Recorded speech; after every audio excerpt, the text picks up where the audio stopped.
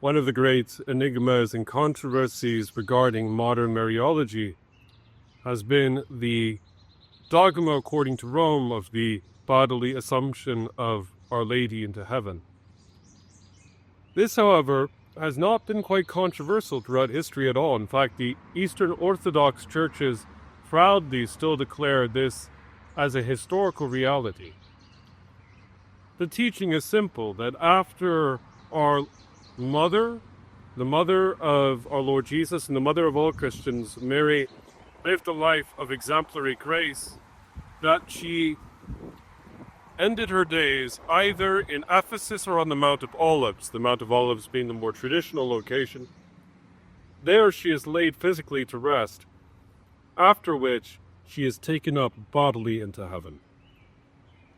Now, critics of this dogma will point out that it doesn't appear directly in sources until, I believe, the 5th, 6th century. Although there are earlier apocryphal texts, I believe, dated to the 3rd century. Some will press them into the 2nd, where Mary appears to be taken into the heavens to some degree. Whether it is bodily or no is hotly debated. Now, this is significant for us because it buckles down to is absence of evidence, evidence of absence.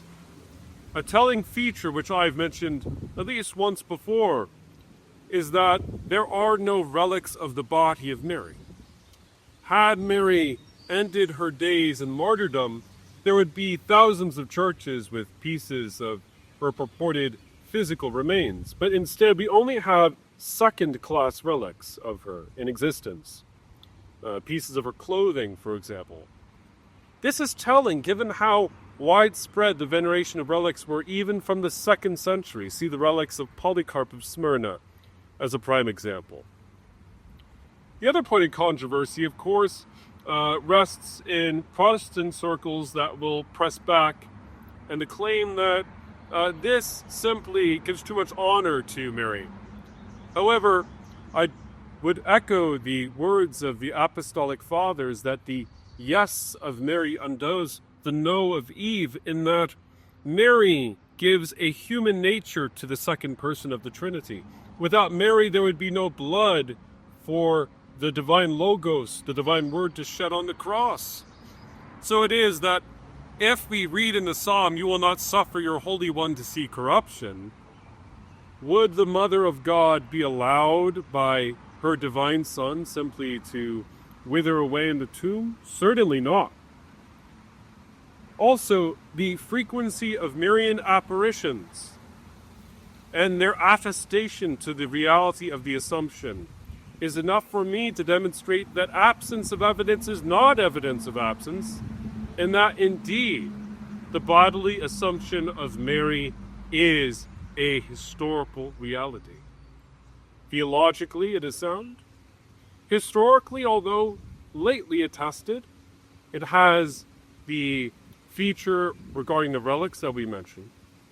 And who is to argue with apparitions such as Fatima, Lourdes, Akida, that all seem to bear implicit witness to the reality of the Assumption?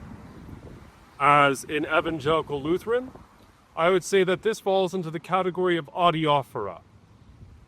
It is not a necessary belief for salvation. However, I believe it to be in keeping with the tradition Catholic, with the Church Universal, and ought to be preserved among our churches.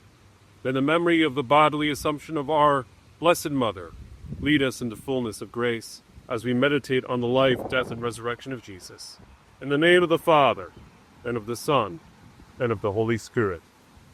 Amen.